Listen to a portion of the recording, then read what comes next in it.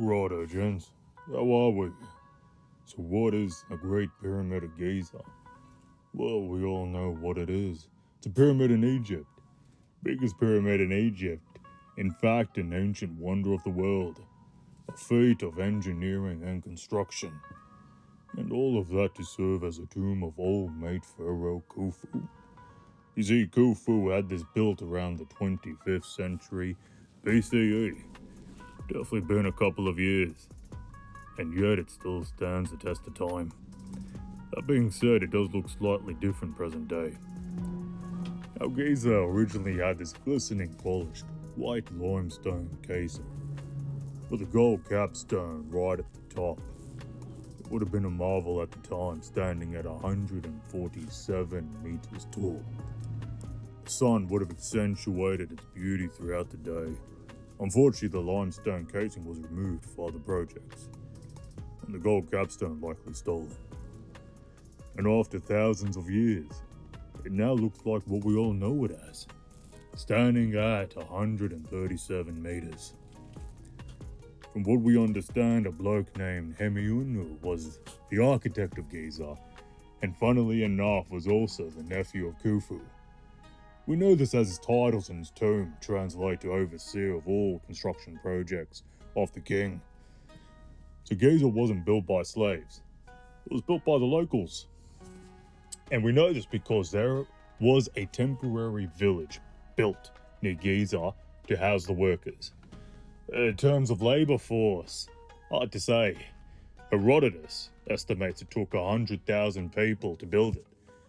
However, historians and archaeologists bring that number down to about 20,000. From what we understand, the Pyramid of Giza was made from material found close by the Nile. 3 key materials were used to make Giza. 5.5 million tons of limestone total was quarried. Limestone was used for both the inner and outer part of the pyramid. However, the limestone used for the inner part of Giza came from Tura, along the eastern shore of the Nile. This is the real good stuff. 8,000 tons of granite was used for the central chamber, and this came from Aswan. And lastly, 500,000 tons of mortar. This was essentially the glue that held everything together. Much how booze holds my life together after the divorce. Sharon took the kids. There is a good chance the material was loaded onto the ships and moved down the Nile. These blocks were pulled via ramps and sledges. They even watered the area in front of the sledges to make moving it all the more easier. What makes the engineering of the pyramid particularly interesting is how all the sides of the pyramid align with the sides of a compass. You see, compasses weren't around yet, so how did they do it?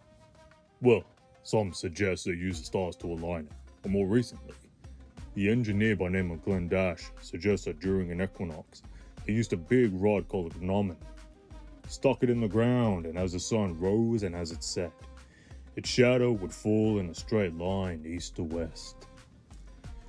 And that line was then crossed again at the center, north to south. What's even more clever is how each side of the pyramid is 51.2 degrees all the way to the top, meaning at this point in time, they had an advanced understanding of math to ensure the pyramid's construction was accurate. Meanwhile, I still use my fingers to count. How did they build it? Well, this structure was built using such a small variety of materials so long ago, and the truth is no one really knows. It's been a good 2,000 years and yet we are none the wiser. That being said, I have searched far and wide in about 2 Google pages to find out what it could be.